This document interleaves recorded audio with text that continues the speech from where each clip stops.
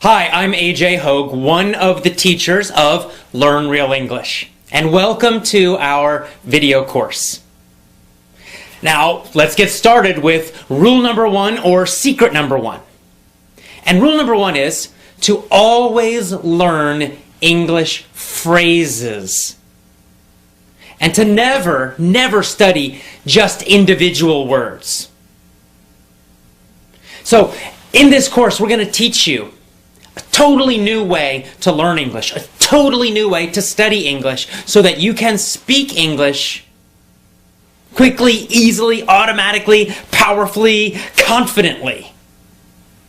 So, what's the old way of learning English? You know it because you learned it in school, you've been using it for years and years and years. You sit in a classroom, you've got a textbook, you memorize lists of vocabulary words, you study lots and lots and lots of grammar rules. You do lots of reading and little fake conversation drills and activities. And this is the traditional old way of learning English, but we have a totally new and different way of learning it. And we're going to teach you each part of that, one part every day for a full 7 days. So let's start with part one, secret one, rule number one. Learn phrases, not individual words. Now, of course, a phrase is a group of words. It's a group of words that naturally go together. This is very important. You see, when you only study individual words, you are doing a number of things that make learning difficult. Number one, when you study just an individual word, like a vocabulary, something in a vocabulary list, or even in your notebook, you write one single word and then you write the meaning or the translation. Here's the problem. That word has no connections to anything else. Therefore, it's difficult for your brain to remember it. That's why you have to keep repeating again and again. You look at that list and you try to memorize it. And then the next day you forget, and then you go back and you try to memorize it again, and again, and again, and again, and again, and maybe after a very long time you might remember it. But most likely you're going to forget it, especially long term. And yet that's the way most students are learning English and studying vocabulary. Here's another problem with just learning single words. When you study just single words, you're not learning any grammar. But when you study phrases, you are actually learning grammar. It's a kind of an effortless, easy way to learn grammar. You don't need to think about rules. You don't need to think about anything. And yet, you will be learning correct grammar when you study groups of words instead of phrases. Let me give you an example of this. Let's just, take any phrase like, or a simple sentence. He was a bad dog. He was a bad dog. Now, let's imagine that you're a new English student and, the word bad is new for you. Of course, I know you know it, but let's just imagine you go way back to the very beginning, your first year of learning English, and bad is a new word. Now, the normal way of studying that, you would write it down, bad, it would be in a little, a list, and then you would study, bad means not good, bad means not good. You'd probably translate it to your own language. And then after lots and lots and lots of time, maybe you would remember it. Well, using our system, you do something very different. You would write down that whole phrase. He was a bad dog. It's actually a full sentence. Or you could just write down, was a bad dog, or he was a bad dog, whatever. And then every single time you study or review, you would always study the full, complete phrase. You would never just study that word bad. You would study the whole thing. Now, by doing that, you're getting free grammar. How do you know? Well, because first of all, you're getting that verb, was. Right? Was. And that's just going to stick in your brain. He was, he was, he was. You're also learning articles. You don't need to remember what that means. You don't have to even worry about it. And yet you know that it's correct to say, in this situation, a bad dog. He was a bad dog. Some people say a. He was a bad dog. Both pronunciations are correct. So he was a bad dog. He was a bad dog. A lot of students have problems. When do I use or a? When do I not? When do I use the? and you're trying to memorize all these super complicated rules and situations for it, forget that. It's too complicated. You'll never remember it. Just study phrases, and you'll start to feel when to use it, when it's correct, when it sounds correct, and when it sounds strange, when it's not correct to use those things. And of course, this is true for all grammar, all phrases, all vocabulary. By studying a full phrase, or even a full sentence, always, always, always, you're going to get lots of grammar. You're going to learn which vocabulary words go together naturally, and you're going to know when to use them in which situations. Because sometimes, for example, there might be a situation where there are many words that mean the same thing, and yet we typically use one of them. Like, we might say, he was a bad dog. That's a common phrase. A bad dog, bad dog. We use that word bad to describe a dog who's naughty, who's not good. But we don't usually say horrendous. Now, horrendous means super, super bad, really terrible. And yet, we don't usually say he was a horrendous dog. It sounds strange. Even though the meaning is basically correct, yet in normal, real English, not textbooks, but real English, we just don't use that word to describe dogs. Not usually. I don't know why. There's no real rule about it. It's just that's what we usually do.